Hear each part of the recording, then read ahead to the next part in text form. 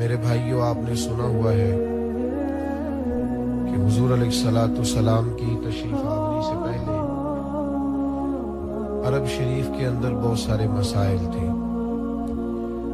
سب سے بڑا مسئلہ کفر و شرک کا تھا، بت پرستی کا تھا۔ پھر اس کے ساتھ ساتھ پہلے آواز ٹھیک تھا جی اس کا بالکل ماشاءاللہ۔ پھر اس کے ساتھ ساتھ عورتوں پر ظلم، غلاموں پر ظلم، مجبوروں بے کسوں کے ساتھ زیادتی، ذات پات کی بنیاد پر ایک دوسرے کو تکلیف دینا، یہ سارے مسائل عرب میں موجود تھے۔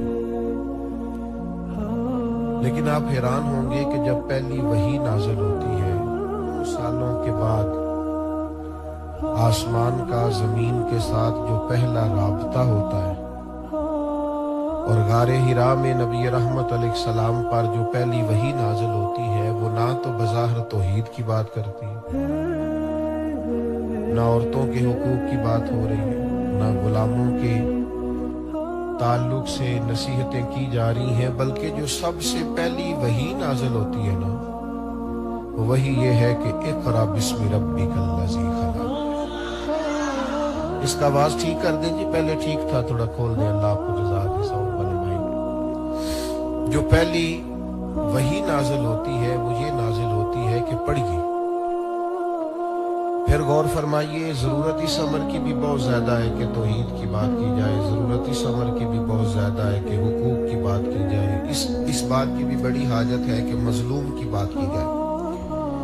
لیکن اللہ کے قرآن نے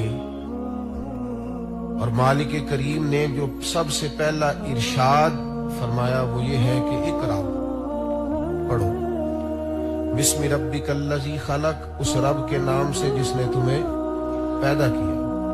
معنی کیا ہوا؟ اس کا مطلب یہ ہے کہ جہالت کفر و شرک کی ہو یا جہالت ظلم و زیادتی کی ہو، سب جہالتوں کا علاج ایک ہی ہے کہ علم پڑھا جائے۔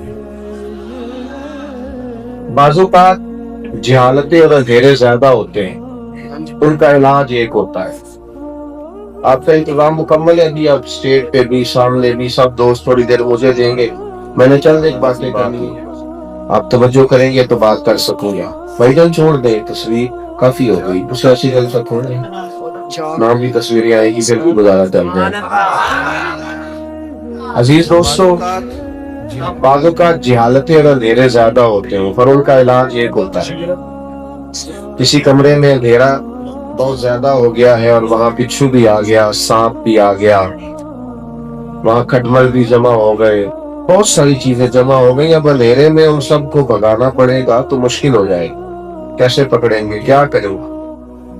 یہ بہت ساری موذی چیزیں اکٹھی ہو گئی ہیں، اس کا ایک ہی علاج ہے کہ آپ نہ اس کمرے میں روشنی کر دیں۔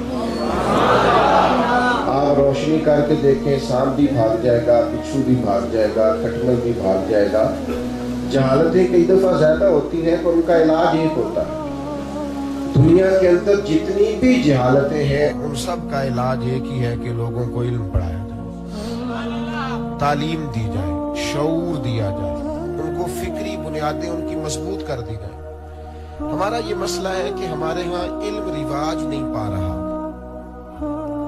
اگر سوسائٹی کے اندر کوئی چیز رواج پاتی بھی ہے تو وہ خطابت ہے، وہ ادب ہے، وہ شعر و شاعری ہے، وہ مخصوص فنون کا اظہار ہے، لیکن علم کا رواج نہیں ہم کر پا رہے۔ آپ کو پتہ ہے جتنی ہمارے ہاں محافل ہوتی ہیں، جتنا واعظ و نصیحت ہوتا ہے، ہر جمعے تقریر ہوتی ہے، صبح مختلف مساجد میں دروس ہوتے ہیں، اگر ہمارا مزاج علم کا ہو تو جس تیزی کے ساتھ ہمارے ہاں لوگ بیان کرتے ہیں، گفتگو کرتے ہیں، درس دیتے ہیں، ہمارے پاس تو بہت بڑا خزانہ ہو علم کا، لیکن مزاج علم کا نہیں ہے، مزاج کانوں کے ذائقے کا ہے، مخصوص لطافت کا ہے۔ اور اب تو مزاج تصویروں کا ہے۔ دیکھیں نا، میں نے آپ سے کہا تھا سامنے بیٹھنے والے موبائل نہ آگے کریں، آپ کو اللہ سلامت رکھے۔ آپ موبائل اونچا کرتے ہیں تو پچھلوں کو بھی نظر نہیں آتا۔ آپ توجہ کریں گے کہ سب ویڈیو انشاءاللہ، لو جی وہ مان گئے نے، گل طے ہو گئی انشاءاللہ، اب آپ بے فکر ہو جائیں۔ میرے بھائیوں، علم کا اعلیٰ حضرت بریلوی رحمت اللہ علیہ سے جب پوچھا گیا کہ ذرائع کیا ہیں علم حاصل کرنے کے، تو فاضل بریلوی علیہ رحمہ نے ارشاد فرمایا کہ ایک تو یہ ہے کہ باقاعدہ مروجہ کورس پڑھا جائے اور نصاب کی تکمیل کی جائے، ایک تو بہت بڑا اور اہم ذریعہ یہی ہے۔ لیکن فرماتے ہیں کہ علماء کے پاس بیٹھنے سے بھی، افواہ رجال سے بھی انسان کو علم آتا ہے۔ انسان ایک ایک دو دو کر کے دیکھے نا، ہر جمعے میں ایک آیت کی تو میرا خیال ہے ترجمہ تفسیر ہوتا ہی ہوگا ہر مسجد میں۔ تو علماء کا مطالبہ بھی صرف اتنا ہوتا ہے کہ آپ ٹائم پہ آ جائیں۔ اگر ذوق بنایا جائے کہ مجھے سیکھنا ہے اور علم کا ذوق ہو کہ میں نے سیکھنا ہے، اور اس کے اندر خوبصورتی ہو، یعنی اس سے مراد یہ نہ ہو کہ میں سیکھوں گا پھر علماء سے بحث کروں گا، پھر میں سیکھوں گا پھر میں بہت سارے لوگوں پہ روب جماؤں گا، میں سیکھوں گا تو بہت سارے لوگوں کو جاہل کہوں گا معاذ، یا یہ ذوق ہو کہ میں نے سیکھنا ہے اور اس سے معاذ اللہ دنیا کمانی ہے۔ نبی کریم علیہ السلام نے فرمایا جس نے دین کا علم اس لیے سیکھا کہ علماء سے بحث کرے گا یا جاہلوں پہ روب جمائے گا، اسے تو اللہ جنت کی خوشبو بھی عطا نہیں کرے گا۔ خالص اپنی تربیت کے لیے ایک طالب علم نے مجھ سے کہا کہ میں جمعہ پڑھانا ہوتا ہے تو مجھے بتائیں مطالعہ کیسے کریں۔ صرف لوگوں کو سنانے کے لیے اگر آپ نے مطالعہ کرنا ہے تو علم نہیں آنے لگا۔ آپ اپنی تربیت کے لیے پڑھیں اور کتاب و سنت سے اپنے حصے کا فیض لینے کے لیے پڑھیں، تو پھر تو کتاب آپ کے ساتھ گفتگو کرے گی۔ لیکن اگر آپ کو صرف اس لیے پڑھنا ہے کہ خطابت چمک جائے، لوگ واہ واہ کریں، تو اقبال کہنے لگے تجھے کتاب سے حاصل نہیں فراغ کہ تو کتاب خواں ہے مگر صاحب کتاب نہیں۔ پھر کتاب والا تو نہیں بن سکتا، اس لیے کہ تو صرف اس لیے لے رہا ہے کہ میں ذرا آگے سکھاؤں گا، کو تھوڑی واہ واہ ہو جائے۔ تو علم کا ذوق پیدا کریں اور اس کے اندر پوری توانائی خرچ کریں اور پورا حاضر ہو کر آپ علم کو حاصل کریں، اور یہ میرے آپ ہم سب کے لیے، اس لیے کہ نبی پاک علیہ السلام نے فرمایا علم کا طلب کرنا ہر مسلمان مرد و عورت پر فرض ہے، اپنی ضرورت کے مطابق علم کا عکس کرنا یہ ضروری ہے۔ مسائل سیکھیں، قریب ہوں علماء کے، بات پوچھیں۔ ہم نے پرانے لوگوں کو دیکھا کاغذ قلم لیے ہوتے تھے، سوالات لکھے ہوتے تھے، جوابات لکھے ہوتے تھے، اہم باتیں نوٹ کرتے تھے۔ یہ ذوق پیدا کریں۔ آج اس طرح لوگ بڑا سفر کرتے ہیں تو آخر میں پتہ چلتا ہے یہ تو سفر تصویر کے لیے کیا تھا۔ بڑی محنت کرتے ہیں تو آخر میں نتیجہ یہ نکلتا ہے کہ یہ تو بیچارے چھوٹی سی وہ لائکس کمنٹس کے لیے اتنی جدوجہد کر رہے۔ آپ صحابہ کو دیکھیں علمی ذوق کیسا تھا کہ حضرت کثیر بن قیس فرماتے ہیں میں دمشق کی جامع مسجد میں بیٹھا تھا تو مدینہ شریف سے ایک بندہ چل کے آیا۔ نہیں کوئی نہیں سمجھ آئی آپ کو بات۔ اتنا لمبا سفر طے کر کے ایک شخص آیا اور مجھ سے آ کے اس نے کہا کہ آپ مجھے پاس نبی پاک علیہ السلام کا ایک فرمان ہے، میں ایز اے اسپیشل وہاں سے چلا ہوں اور یہاں آیا ہوں، مجھے وہ حضور کی حدیث سنا دیں، ایک حدیث پاک کے لیے۔ یہ صحیح حدیث میں موجود ہے، ایک حدیث کے لیے۔ اور حضرت کثیر کہتے ہیں میں نے اس سے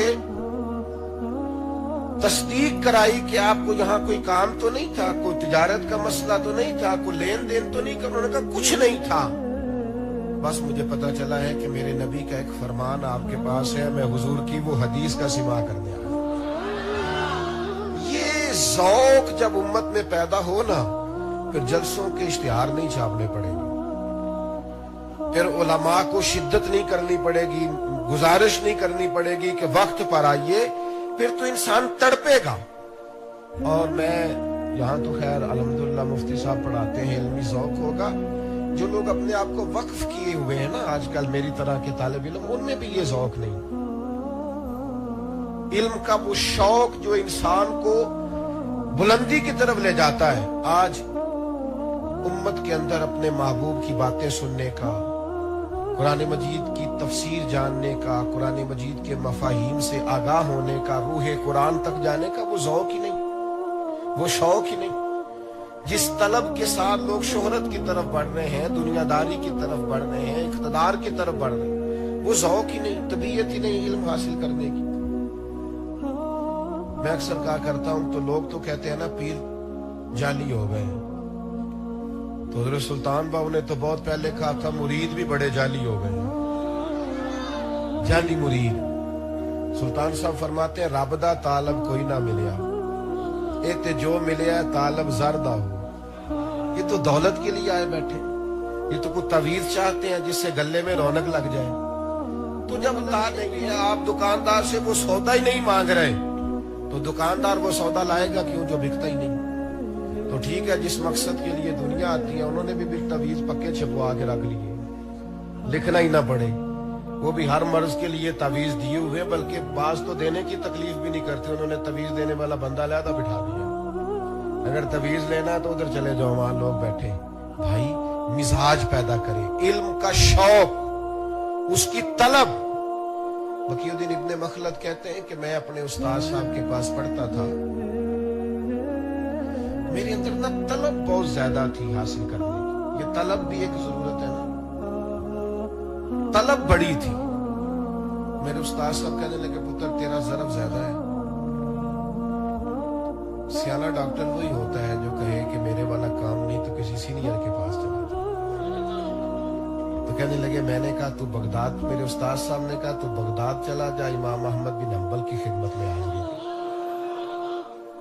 ارشاد فرماتے ہیں میں وہاں سے کشتی میں بیٹھا, بغداد آنے کے لیے رستے میں طوفان آ گیا, کشتی ٹوٹ گئی. بڑی مشکل سے میں ایک جزیرے پہ پہنچا, مہینہ بھر وہاں رہا, پتے کھائے. توجہ کریں جی, باتیں نہ کریں, آپ کی مہربانی.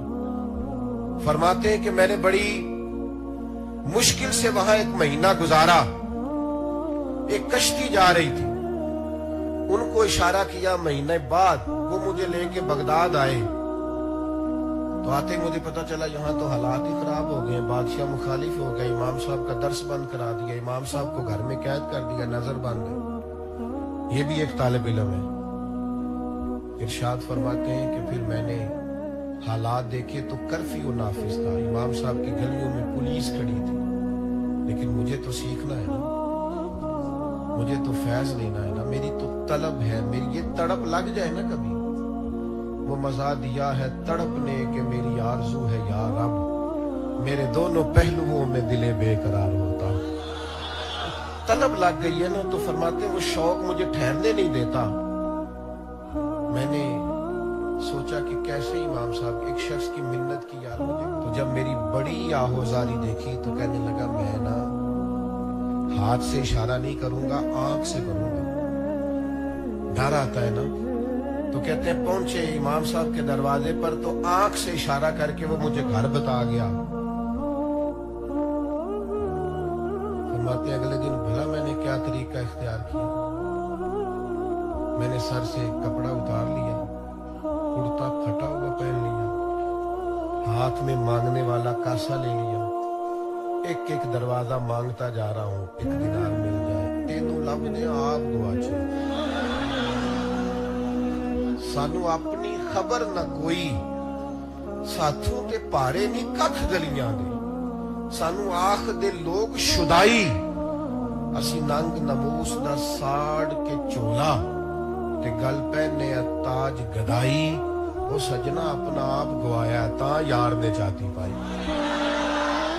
فرماتے ہیں امام صاحب کے دروازے پہ جا کے صدا دی, فقیر ہوں مانگنے آیا ہوں. اچانک وہ نور بھرا دروازہ کھلا, اور جب میری پہلی نظر امام صاحب کے چہرے پہ پڑی تو میں تو دور سے چلا تھا, دیر سے پہنچا تھا, آنسو خود بخود چھلک پڑے.